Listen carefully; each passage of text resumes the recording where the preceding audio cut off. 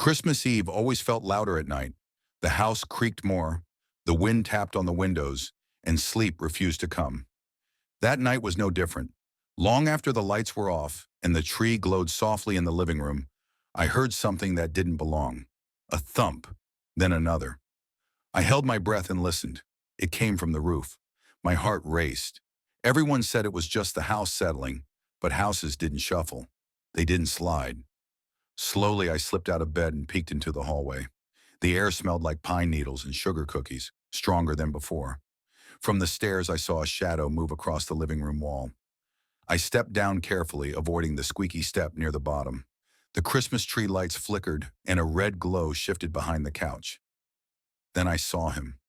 Santa Claus stood by the tree, taller than I imagined, his red coat dusted with snow that melted into the carpet without leaving a mark. His beard wasn't cartoon white. It shimmered like frost in moonlight. He hummed softly while placing presents under the tree. I didn't mean to speak, but the words slipped out anyway. Santa, he froze.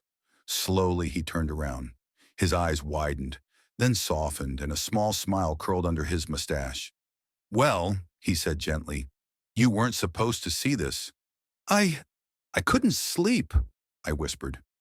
He chuckled, a deep, warm sound that made the room feel safer. That happens sometimes. I noticed his boots never touched the floor. He hovered just slightly above it. The room seemed brighter around him, like the night itself was holding its breath. Does everyone who sees you get in trouble? I asked. Santa shook his head.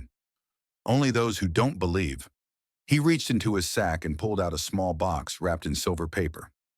This one wasn't on your list, he said, handing it to me. Before I could ask what it was, a distant jingle echoed from the roof. Santa glanced upward. That's my cue. He stepped toward the fireplace, paused, and gave me a wink. Merry Christmas, and thank you for keeping the magic alive. With that, he faded into sparkling snowflakes that drifted upward and vanished. The next morning, no one believed me. But tucked beneath the tree was the silver box. Inside was a tiny bell. When I shook it, it rang clear and bright. And every Christmas since, I still hear that sound, right before the roof begins to shuffle.